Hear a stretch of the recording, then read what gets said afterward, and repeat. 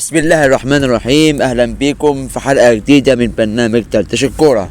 مليون مبروك الفوز النادي المصري على فريق فاركو ب3 اهداف مقابل لا شيء في مباراة كبيرة جدا قدمها النادي المصري في المباراة اللي جمعتهم على ملعب الجيش ببرج العرب ضمن مباريات الجولة 33 من بطولة الدوري المصري الممتاز.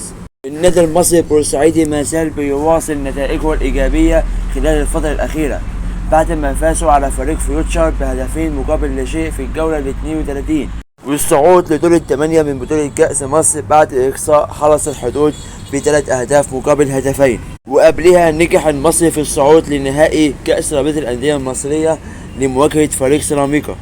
دكتور ميمي عبد الرازق بيعمل عظمة مع النادي المصري، جاء كمدرب طوارئ جعل الدوري كله في حالة طوارئ. دكتور ميمي عبد الرازق قاد المصري في 8 مباريات، نجح في الفوز في 5 وتعادل في 3 ولا هزيمة. ميمي عبد الرازق في فترة قليلة جدا قدر يلم شمل الفريق وعودة الروح للاعبين وإعادة اكتشاف المهاجم القناص الكاميروني فرانك إيدوجا.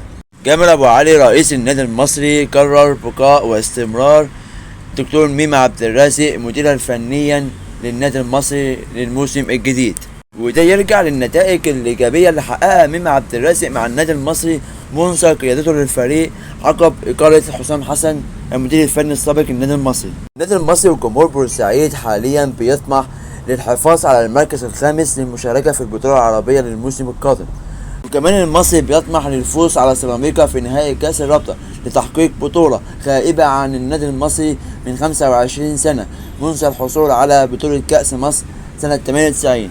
وفي نهاية الفيديو تفتكروا دكتور ميمي عبد الرازق قادر على قيادة النادي المصري للمنافسة على بطولات الموسم الجديد؟